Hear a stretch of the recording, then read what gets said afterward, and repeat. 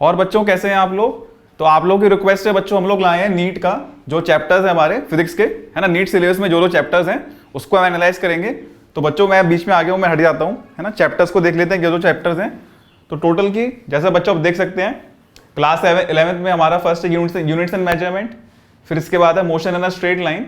यहाँ पे बच्चों जो हमारा फर्स्ट चैप्टर है उसको मैंने इंक्लूड नहीं करा है क्योंकि उससे ये क्वेश्चंस नहीं आते हैं, है ना। Motion in a straight line, motion in a plane, laws of motion, work power energy, rotation motion, gravitation. अब बच्चों ध्यान देने वाली बात है, ग्रेविटेशन के बाद मैंने ऑस्किलेशन ऑफ वेव्स लिखा है। एनसीईआरटी में जो सीक्वेंस है वो कुछ और है और ये सीक्वेंस कुछ और है, इसके पीछे रीजन है वो मैं आपको थोड़ी देर में बताऊंगा अभी। फिर 10th है अपना solids, mechanical properties of solids, फिर है मैकेनिकल प्रॉपर्टीज ऑफ फ्लूइड्स, है ना। फिर उसके बाद अपना आ जाता है thermal properties of matter, thermodynamics, kinetic theory of gases. तो ये तो था 11th का पार्ट।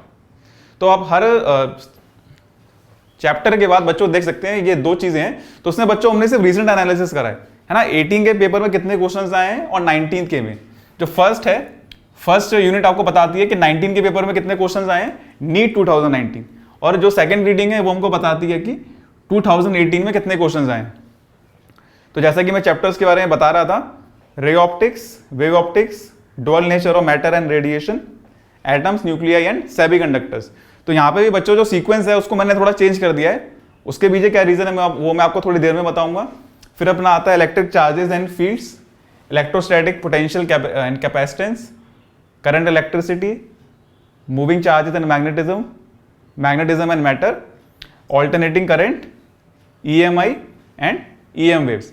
अब बच्चों जो लास्ट चैप्टर है ना कम्युनिकेशन सिस्टम्स, वो एनसीईआरटी में है but it is not in our NEET syllabus, है ना। तो ये चीजें हमें ध्यान देने वाली हैं, इसलिए टोटल चैप्टर्स जो बच्चों बैठ रहे हैं दैट आर 28।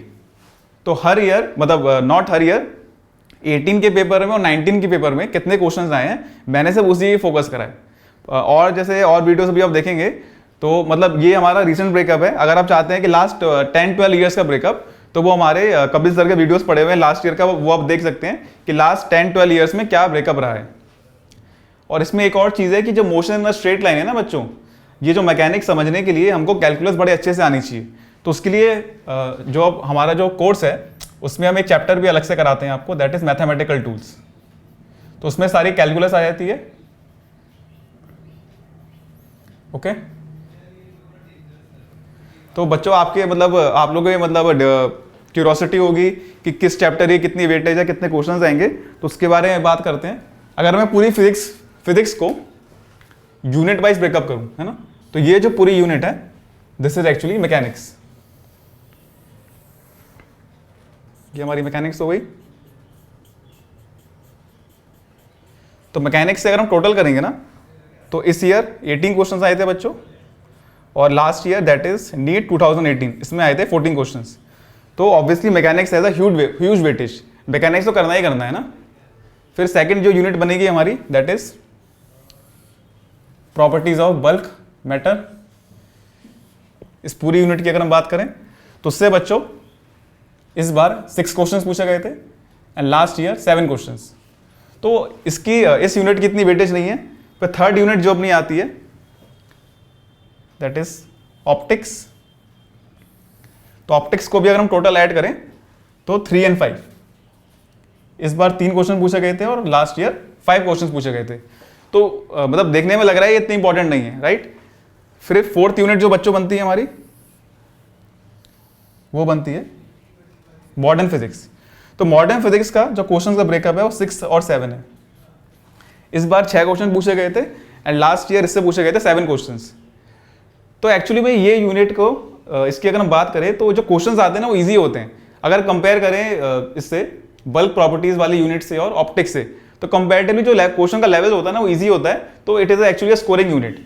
तो इसको तो हमें फोकस करना ही करना है, मैकेनिक्स को ही फोकस करना है, क्योंकि मैकेनिक्स में क्या होता है कि एवरी चैप्टर इज इंटरलिंक्ड, है ना। जो हमारा रोटेशनल मोशन है आपको पता ही होगा, रोटेशनल मोशन में सब चीज़ आ जाती है, वर्क पावर एनर्जी भी आ जाती है, आपका सर्कुलर मोशन भी आ जाता है, काइनेमेटिक्स भी आ जाती है, सब चीज़ें आ जाती हैं। And same is in gravitation, oscillation of waves में भी वही है ना। तो दे आर लाइक फैमिली, सब लोग आपस में इंटरलिंक्ड हैं। अब फोर्थ यूनिट बच्चों जो ये वाली है अपनी, पूरा ना लास्ट तक, this is electricity and magnetism, this whole unit. तो उसकी अगर हम क्वेश्चंस की बात करें तो इस बार भी 12 क्वेश्चंस आए थे और लास्ट ईयर भी 12 क्वेश्चंस आए थे, है ना। तो अब तो आप खुद ही अपने आप एनालाइज कर सकते हैं कि इस यूनिट, ये जो यूनिट है इलेक्ट्रिसिटी एंड मैग्नेटिज्म, इससे 12 क्वेश्चन बच्चों आए थे इस बार भी और लास्ट ईयर भी। तो इस यूनिट का काफी वेटेज है, इस वाली यूनिट का भी काफी वेटेज है मैकेनिक्स का और मॉडर्न फिजिक्स का, क्योंकि इसका जो क्वेश्चन आता है ना वो स्ट्रेट फॉरवर्ड होता है। तो actually it is a scoring unit. तो सर इन दोनों को छोड़ दें क्या? नहीं बच्चों, हम आपको ऐसा बिल्कुल रिकमेंड नहीं करेंगे, क्योंकि देखो अभी तो इस समय मई हो रहा है, तो यू हैव 9 मंथ्स।